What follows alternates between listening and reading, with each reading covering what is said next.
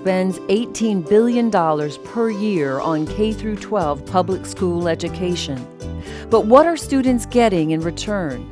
And who should decide which education is best for students? Nationally, Georgia ranks near the bottom of the heap when it comes to standardized tests, SAT scores, and our graduation rate. Today, 1/3 of Georgia students do not graduate from high school. This is just unacceptable in Georgia. We have a system that was created to fund the kids who are at the bottom. We were trying to play a catch-up game. Everybody's emphasis was on how do we close the gap? Well, my family's emphasis is on how to raise the bar, how to take it to the next level. I want to remind you this morning that in our Constitution, it does say that we have this responsibility to educate you, and you have to hold us accountable as elected officials. And so when you leave this rally this morning, you need to storm that Capitol, yes, in a very respectful way, but talk to our legislators and help them understand what this is about.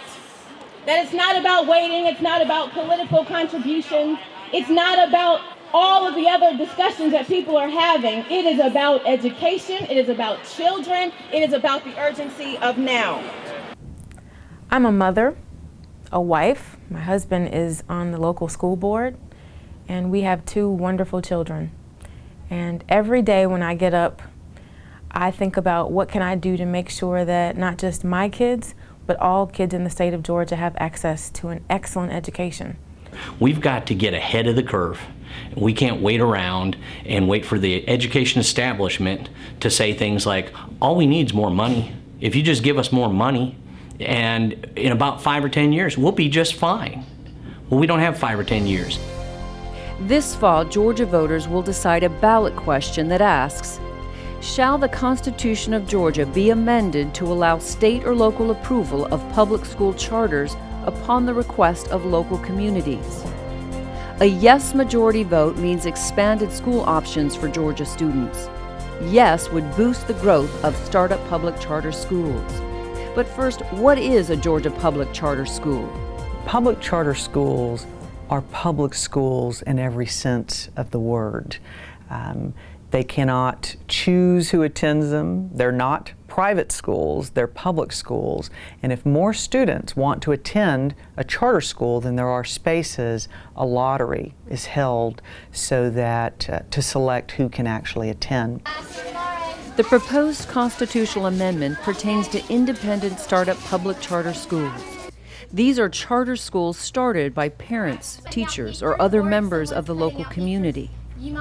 Georgia has about 30,000 students in 56 independent startup charters. All are located in 9 counties. 150 Georgia counties have no startup charter schools. In fact, local school boards have approved just 9 startup charter schools since 2009. Ivy Preparatory Academy in Gwinnett County is an independent startup that opened in 2008 as the state's first all-girls charter school. We had families that showed up here from all over the metro Atlanta area. We had students from as far south as Union City and as far north as Kennesaw. And 3 years later, they are continuing to drive past several school districts, past several middle and high schools to come here. And that speaks to the demand and desire for school, the parents have for school choice for their children. Independent startup public charter schools are highly regulated. They must meet specific academic performance goals. They can be shut down for cause at any time. When a public school is failing, as I mentioned, they ask for more money, and they want to put more money into a failing school. But they don't change anything. They don't change teachers and do all that kind of stuff. You know what happens to charter schools when they fail? They get closed down.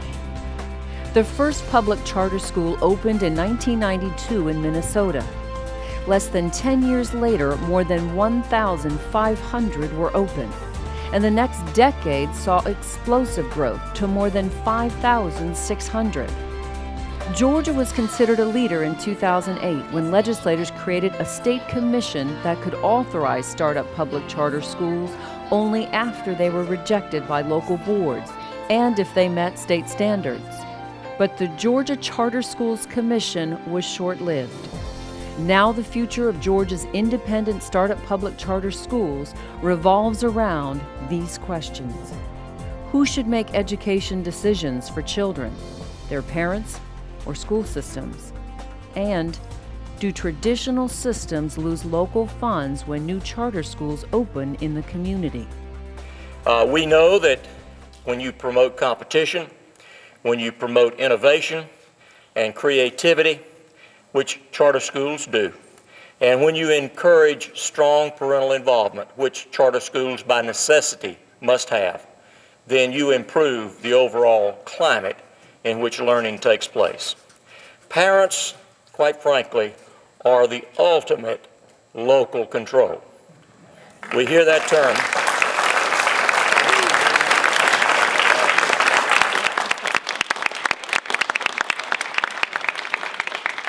The Georgia Supreme Court does not agree. In May 2011, the court voted 4-3 to close the State Charter Schools Commission. 4 justices who signed the majority opinion said school systems have exclusive control over public education, even though that language is found nowhere in the Georgia Constitution. The decision was a defeat for advocates of expanded public school options. It's almost like the state Supreme Court said, "Oh no, we can't be moving out of the 40s. We gotta stay in the 40s in the education rankings." It's really unfortunate. There's a fierce debate about whether creating new state-authorized public charter schools would reduce local funding for traditional school systems. The answer is no. Public school districts will not lose local dollars. But what people need to understand is that in the constitutional amendment and in the law that was passed, it says that no local funds can be used. So we have to get out of this mindset that somehow we're going to lose in our local school districts because another school has been created.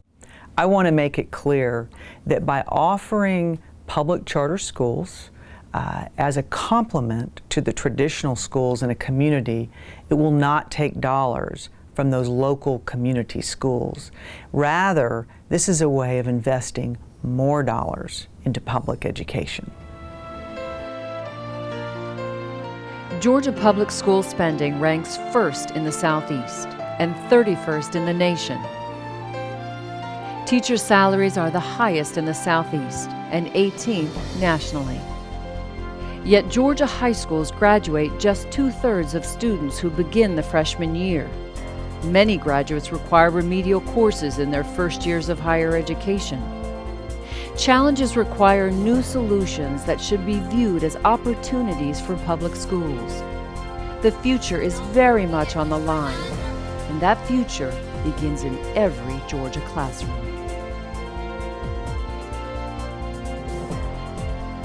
Charter schools change lives. Learn more about the role of charter schools in public education. This video was produced by the Georgia Public Policy Foundation.